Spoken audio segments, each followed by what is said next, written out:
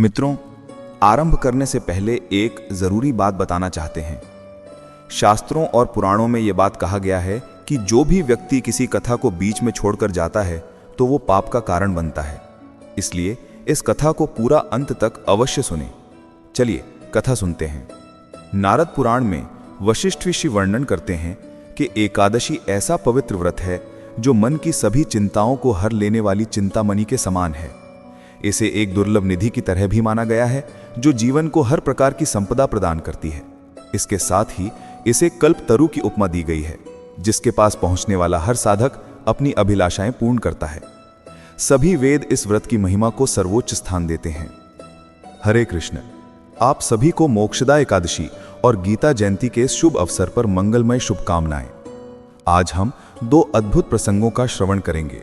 एक ऐसी कथा जो मनुष्य के भीतर छिपे अंधकार को उजाले में बदल देती है और दूसरी जो आत्मा को मुक्ति के पथ पर आगे बढ़ने की प्रेरणा देती है। पहले प्रसंग में एक ऐसे युवक की कहानी आती है जो जीवन के पथ से भटक चुका था। उसके दिन पाप, क्रोध, भोग विलास और कुकर्मों की धुंध में डूबे हुए थे। लोग उससे घृणा से देखते, समाज उससे दूरी बनाए रखता और वो स्वयं भी अपने जीवन से निराश हो चुका था। परंतु जब श्रीमद् भगवद गीता की दिव्य वाणी ने उसके अंतर के किसी कोने को छुआ तो वो उसी प्रकार बदल गया जैसे किसी सूखे हुए पौधे में अचानक फिर से जीवन की ऊर्जा भर जाए। वाराणसी के एक शांत से इलाके में ध्रुव नाम का युवक रहता था। प्रारंभिक दिनों में वो सौम्य और विनम्र था, पर समय के साथ जीवन की विपत्तियों ने उसे कठोर बना दिया। माता पिता के निधन के बाद उसका हृदय और अधिक विक्षुब्ध हो गया। त्याग और संयम से दूर वो लोभ, क्रोध और विकारों में डूबता चला गया। दिन भर चोरी की योजनाएं और रात भर मदिरापान, यही उसका जीवन बन गया था। उसके साथ रहने वाले भी वही लोग थे जो गलत रास्तों पर चलते थे। धीरे धीरे ध्रुव का मन भीतर से सूख गया और बाहर से वो उतना ही निर्मम प्रतीत होता। लोग उसका नाम सुनते ही रास्ता बदल लेते, कई अपने घरों के दरवाजे तक बंद कर लेते, पर उसे किसी की परवाह नहीं थी। जीवन के बारे में उसका सीधा सा विचार था, खाओ, कमाओ, भोगो और अंत में समाप्त हो जाओ। एक रात चोरी से लौटते हुए अचानक तेज वर्षा शुरू हो गई। वो पास के एक मंदिर के द्वार पर आकर खड़ा हो गया। मंदिर खाली था, पर भीतर जलता दीपक हवा से कांप रहा था, जैसे किसी को पुकार रहा हो। न जाने किस भावना से ध्रुव मंदिर के भीतर चला गया और दीवार से टिक कर बैठ गया। मन में नशा था, थकान थी और एक अजीब सी बेचैनी भी। तभी उसे भीतर से धीमी स्थिर आवाज सुनाई दी। मंदिर के वृद्ध पुजारी गीता का श्लोक पढ़ रहे थे। नयनम छिंदन्ति शस्त्राणि नयनम दहति पावकः। ध्रुव को देखकर पुजारी मुस्कुराए और बोले, बेटा, आत्मा न कभी कटती है न जलती है। नाश तो केवल मोह, लोभ और अज्ञान का होता है। ध्रुव ने व्यंग से कहा, बाबा, मैं तो पापी मनुष्य हूं, मेरे लिए न ज्ञान है न भगवान। पुजारी ने शांत स्वर में कहा, गीता कभी पाप और पुण्य में भेद नहीं करती। ज्ञान सूर्य की रोशनी जैसा है, जहां भी इसकी किरण पड़ेगी अंधकार हटना ही है। तुम्हारे भीतर कितना भी अंधेरा क्यों ना हो, प्रकाश को रोक नहीं सकता। इन सरल शब्दों ने ध्रुव के मन पर किसी बिजली की तरह असर किया। पहली बार उसे महसूस हुआ कि शायद उसके जीवन में भी परिवर्तन की संभावना अभी ध्रुव को ऐसा लगा मानो उसके भीतर किसी ने नया दरवाजा खोल दिया हो। रात बीत गई, लेकिन पुजारी के शब्द उसके मन में लगातार गूंजते रहे। अगले 2 दिन वो बार बार उसी मंदिर में गया। हर बार शब्दों का अर्थ धीरे धीरे उसके भीतर उतरता गया।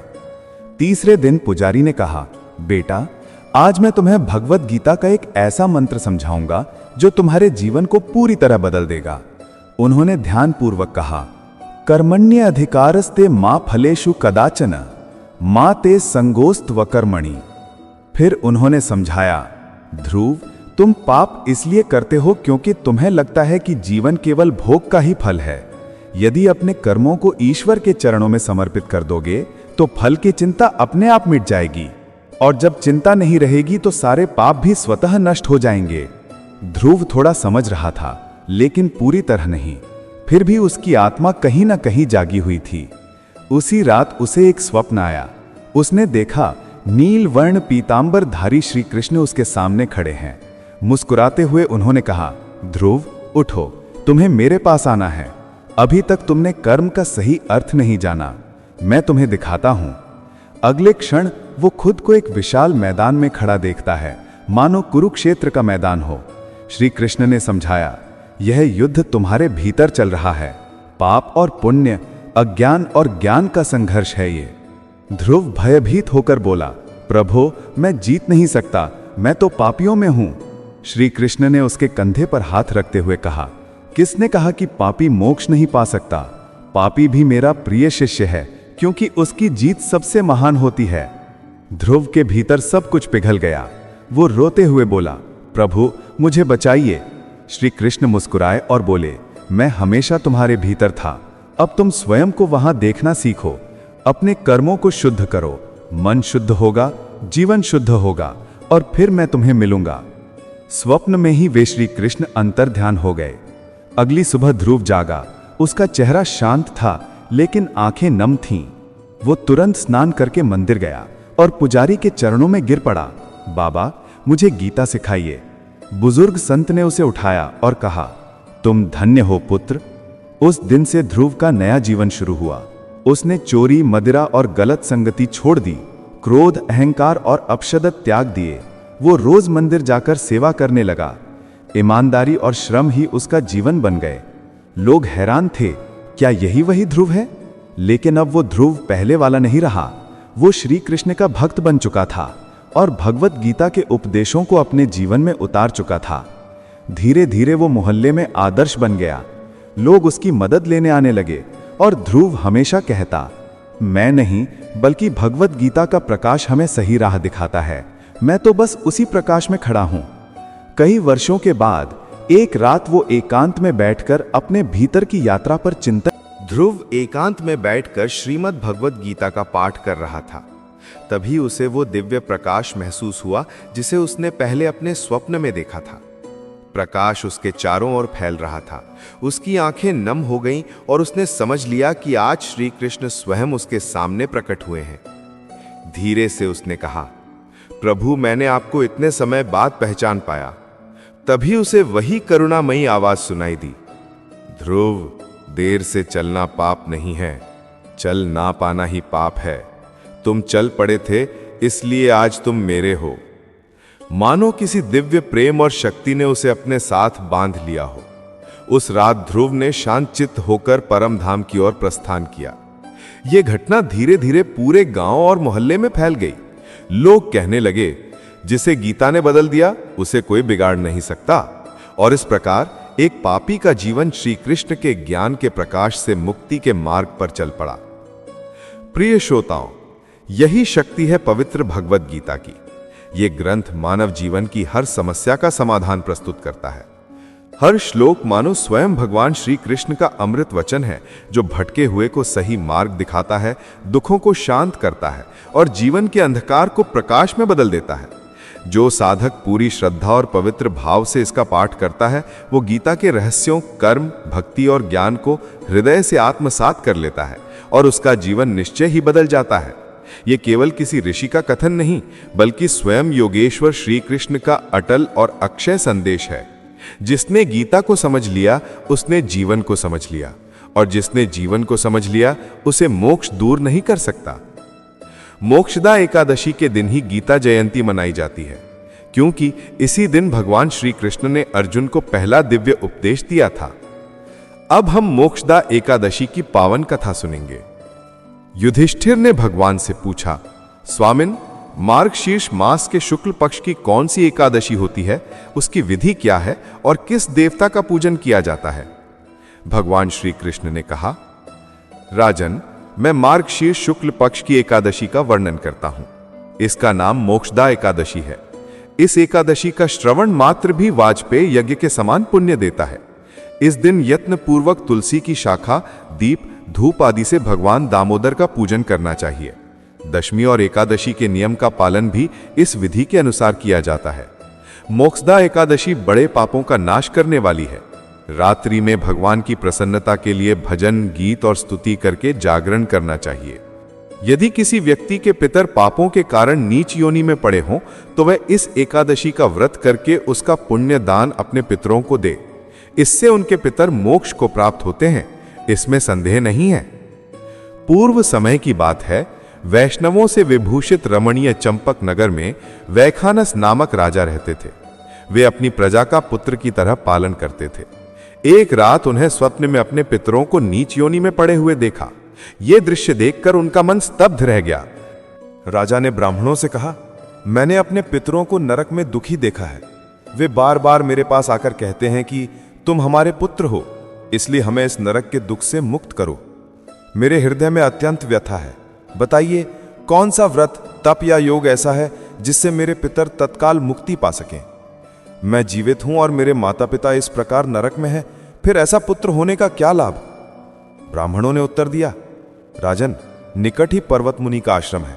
वे भूत, वर्तमान और भविष्य के ज्ञाता हैं। आप उनसे मार्गदर्शन प्राप्त करें। ब्राह्मणों की सलाह सुनकर राजा वैखानस तुरंत मुनि के आश्रम पहुंचे। उन्होंने मुनि को दंडवत प्रणाम किया और उनके चरणों को स्पर्श किया। मुनि ने पहले राजा से उनके राज्य की कुशलता पूछी। राजा ने कहा, स्वामिन, आपके आशीर्वाद से मेरे राज्य के 7 अंग सुरक्षित हैं, परंतु स्वप्न में मैंने देखा कि मेरे पितर नरक में हैं। कृपया बताइए, किस पुण्य से उनकी मुक्ति संभव है? मुनि ने ध्यान के कुछ समय बाद कहा, राजन, मैंने योग बल से आपके पितरों के पूर्व कर्मों को देखा।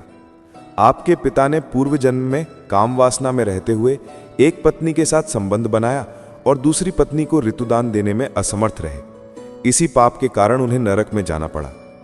राजा ने पूछा, मुनिवर, इसका क्या उपाय है? मुनि ने उत्तर दिया, मार्गशीर्ष शुक्ल पक्ष में जो मोक्षदा नामक एकादशी होती है, उसका व्रत कर उसके पुण्य का दान अपने पितरों को कर दो। इस पुण्य के प्रभाव से वे नरक से मुक्त हो जाएंगे। इस प्रकार श्री कृष्ण कहते हैं कि मुनि की यह सलाह सुनकर राजा वैखानस अपने घर लौट आए। जब मार्गशीर्ष मास आया, राजा ने मोक्षदा एकादशी का व्रत किया और उसके पुण्य को अपने पितरों को समर्पित किया। पुण्यदान होते ही आकाश से पुष्प वर्षा होने लगी और उनके पितर नरक से मुक्त होकर स्वर्ग में आकर राजा से बोले, बेटा, तुम्हारा कल्याण हो। इसके बाद वे स्वर्ग में चले गए।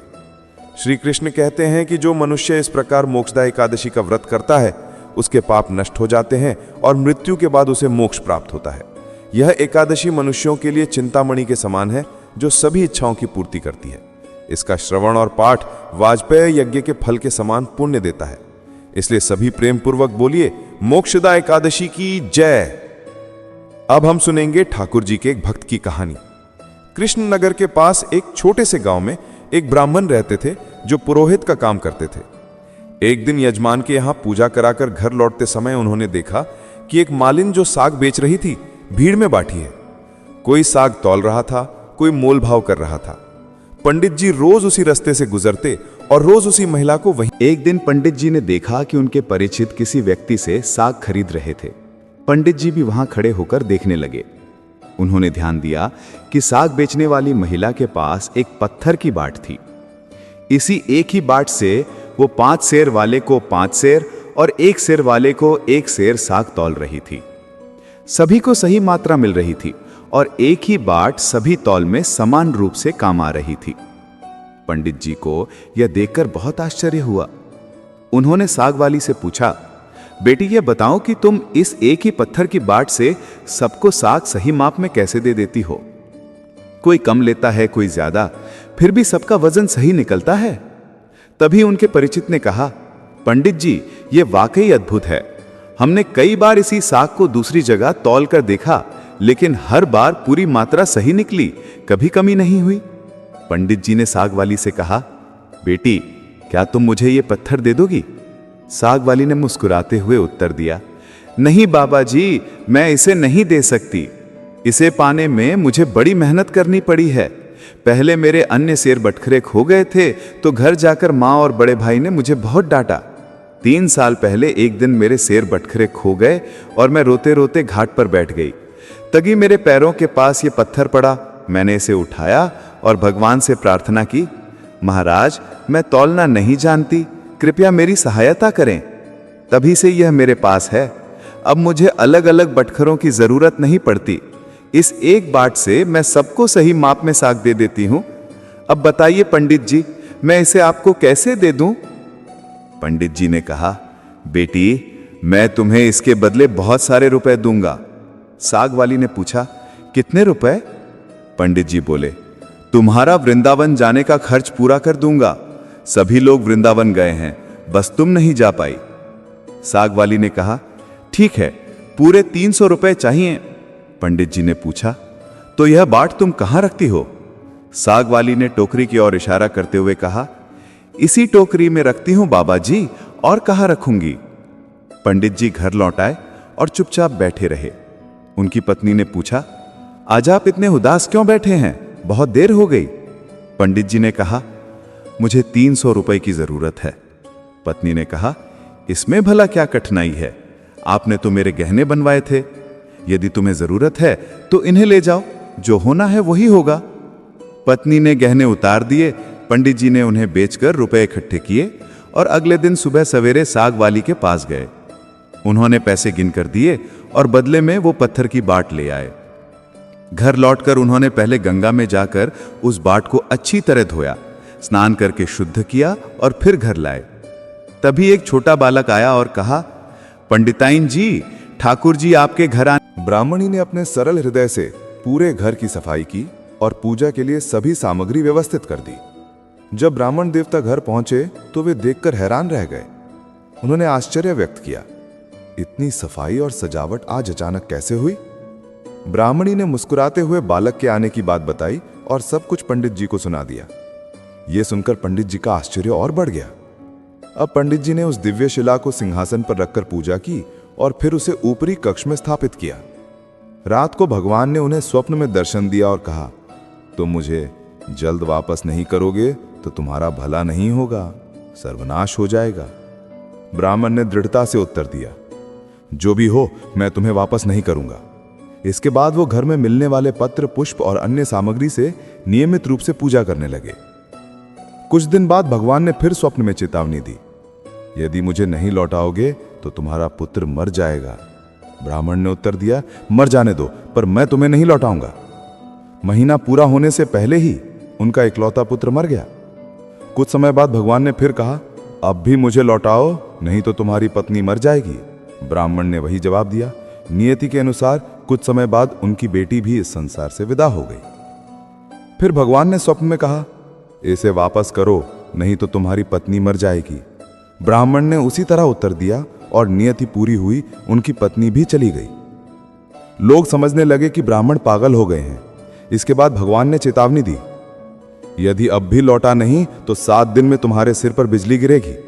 ब्राह्मण ने कहा, गिरने दो, मैं इसे उस साग वाली की टोकरी में नहीं रखूंगा।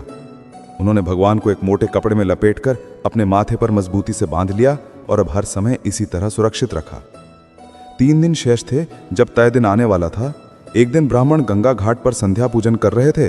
तभी 2 सुंदर बालक उनके पास आए और जल में कूदे। एक का रंग सांवला था और दूसरा गोरा, और दोनों के शरीर पर कीचड़ लगा था। जल उछलकर ब्राह्मण और उनके भगवान पर भी गिरा। ब्राह्मण ने कहा, अरे तुम लोग कौन हो? ये कैसे कूदते हो? देखो, मेरे शरीर पर भी जल गिरा। बालकों ने कहा, बाबा, भगवान पर भी छींटे लगे, लेकिन गुस्सा मत होना। ब्राह्मण मुस्कुराए और बोले, गुस्सा कहां होता है? बताओ तो सही, तुम किसके बच्चे हो? ऐसा सुंदर रूप मैंने पहले कभी नहीं देखा। बालकों ने कहा, बाबा, हम यहीं रहते हैं। ब्राह्मण बोले, क्या फिर मुझे आपसे मिलने का मौका मिलेगा? आपका रूप देखकर मन ही नहीं भरता। बालकों ने हंसते हुए कहा, क्यों नहीं बाबा, आप बस हमें पुकारिए, पुकारते ही हम तुरंत आ जाएंगे। पंडित जी ने बच्चों से उनका नाम पूछा तो सांवला बालक मुस्कुराया और बोला, हमारा कोई स्थायी नाम नहीं है, जिसे जो नाम सूझे उसी से हमें पुकार ले। फिर वह मुरली अपने हाथ में देकर कहने लगा, जरूरत पड़े तो इसे बजाना, बजाते ही हम तुरंत आ जाएंगे। गोरे बालक ने एक सुंदर फूल पंडित जी को देते हुए कहा, इस फूल को अपने पास रखिए, यह आपके लिए मंगलकारी होगा। ब्राह्मण देवता दोनों बालकों को देखते हुए मन ही मन उनके सौंदर्य में खो गए। वे सोचने लगे, आह, कितने मनोहारी है ये दोनों, शायद फिर कभी इन्हें देखना न हो। पंडित जी ने फूल को हाथ में लिया और सोचा कि इसकी सुगंध कितनी मनोहर है, लेकिन इसे रखना कहाँ। अंततः उन्होंने विचार किया कि इसे राजा को भेंट कर दूं। अगले ही दिन पंडित जी राजा के पास पहुंचे और फूल भेंट किया।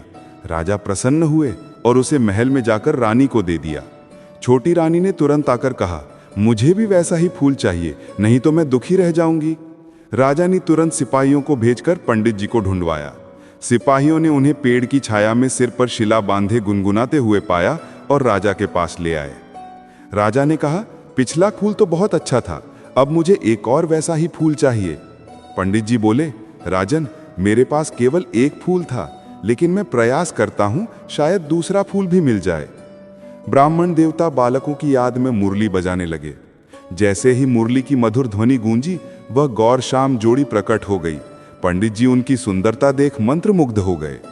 कुछ समय बाद होश आते ही उन्होंने कहा, भैया, मुझे वैसा ही एक और फूल चाहिए, पहला मैंने राजा को दे दिया था। गोरे बालक ने कहा, फूल तो हमारे पास नहीं है, लेकिन हम तुम्हें ऐसी जगह ले चलते हैं जहां वैसे ही फूलों का बगीचा खिला है, आंखें बंद करो। ब्राह्मण देवता ने बच्चों का हाथ थामते हुए उनकी बात मानी और आंखें बंद कर दी। बालक उन्हें धीरे धीरे एक सुंदर स्थान पर ले गए। आंखें खोली तो चारों ओर रंग बिरंगे फूल, हरियाली और सुगंधित वृक्ष दिखाई दिए। बीच में एक भव्य महल खड़ा था। पंडित जी बालकों को देख खोजने लगे, लेकिन वे गायब हो गए। हिम्मत जुटाकर पंडित जी महल के अंदर गए। वहां विशाल सुसज्जित कक्ष था। बीच में एक दिव्य रत्नों से सुसज्जित सिंहासन खाली पड़ा था। पंडित जी ने मंदिर समझकर प्रणाम किया। जैसे ही उन्होंने माथी पर बंधी शिला उठाई, वह फटी और उसमें से भगवान लक्ष्मी नारायण प्रकट होकर सिंहासन पर विराजमान हो गए। भगवान मुस्कुराते हुए बोले, हमने तुम्हें कितने दुख दिए, फिर भी तुम अटल रहे। दुख आने पर भी तुमने हमें नहीं छोड़ा, इसलिए हम तुम्हें यहाँ अपने साथ ला रहे हैं। जो भक्त घर, संतान, धन, गुरु और इहलोक परलोक सब छोड़कर हमारी शरण में आते हैं, हम उन्हें कैसे छोड़ सकते हैं? देखो, यहाँ तुम्हारी पत्नी, कन्या और पुत्र भी हैं। अब तुम सभी हमारे दर्शन से यथार्थ रूप में आनंदित हो। ब्राह्मण देवता की अटल भक्ति के कारण उनके पूरे परिवार का उद्धार हुआ। यही है भगवान की शक्ति और भक्ति का प्रभाव। केवल भक्त ही नहीं, बल्कि उसके परिवार, मित्र और सभी समीपस्थ लोग भी इस भक्ति से लाभान्वित होते हैं और उनके जीवन में दिव्य शांति और मोक्ष की प्राप्ति होती है। सभी प्रेम पूर्वक कहिए, श्री कृष्ण भगवान की जय। एक समय की बात है, भगवान शिव ने अपने तेज को समुद्र में फेंका, जिससे एक अत्यंत तेजस्वी बालक उत्पन्न हुआ। ये बालक बाद में जालंधर नामक पराक्रमी दैत्यराज बना, जिसकी राजधानी जालंधर नगरी थी। जालंधर का विवाह कालनेमी के वंश की कन्या वृंदा से हुआ। अपनी शक्ति और सत्ता के दौरान जालंधर ने लक्ष्मी माता को प्राप्त करने की इच्छा से युद्ध किया, परंतु समुद्र से उत्पन्न होने के कारण माता लक्ष्मी ने उसे अपने भाई के रूप में स्वीकार किया। देवताओं के साथ युद्ध में पराजित होकर जालंधर कैलाश पर्वत पहुंचा और भगवान शिव का रूप धारण कर माता पार्वती के समीप गया। देवी ने तुरंत उसकी असल पहचान देख ली और वहां से अंतर्ध्यान हो गई। बाद में देवी पार्वती ने यह घटना भगवान विष्णु को सुनाई। जालंधर की पत्नी वृंदा अत्यंत पतिव्रता थी, जिसकी शक्ति के कारण जालंधर को पराजित करना असंभव था। इसलिए भगवान विष्णु ने ऋषि का रूप धारण करके वन में गए, जहां वृंदा अकेली घूम रही थी। वृंदा भयभीत हो गई, लेकिन ऋषि रूपी भगवान ने अपनी माया से दो वानर प्रकट किए। एक के हाथ में जालंधर का सिर और दूसरे में धड़। यह देखकर वृंदा गंभीर रूप से विचलित हो गई। उसने भगवान से निवेदन किया कि उसके पति को पुनः जीवित करें। भगवान ने अपनी माया से जालंधर का शरीर फिर से जोड़ दिया और स्वयं भी उसमें प्रवेश कर गए। वृंदा को इसका ज्ञान नहीं हुआ और उसने पतिव्रता धर्म के अनुसार व्यवहार किया। इस प्रकार जालंधर का वध हो गया और भगवान शिव ने उसका अंत किया। जब वृंदा को इस घटना का पता चला तो उसने क्रोध में भगवान विष्णु को शिला बनने का श्राप दिया और स्वयं सती हो गई। जहां वृंदा भस्म हुई, वहां तुलसी का पौधा उत्पन्न हुआ। भगवान विष्णु ने कहा कि वृंदा अपने सत्व और भक्ति के कारण अत्यंत प्रिय हो गई हैं और अब वो तुलसी के रूप में सदैव उनके साथ रहेंगी। जो व्यक्ति अपने शालिग्राम के साथ तुलसी और आंवले का पूजन और विवाह करता है, वह इस जीवन और परलोक में अपार यश और पुण्य अर्जित करता है। जिस घर में तुलसी का पौधा होता है, वहां यमदूत भी बिना समय के नहीं पहुंच सकते। गंगा और नर्मदा के जल में स्नान करने तथा तुलसी के पूजन का महत्व समान माना जाता है। मृत्यु के समय तुलसी और गंगा जल का संयोग करने से पापों का नाश होता है और आत्मा वैकुंठ धाम को प्राप्त होती है। जो व्यक्ति तुलसी और आंवले की छाया में अपने पितरों का श्राद्ध करता है, उसके पितर भी मोक्ष को प्राप्त होते हैं और अधोगति से मुक्त हो जाते हैं। सभी प्रेम पूर्वक कहिए, पतित पावनी तुलसी मैया की जय।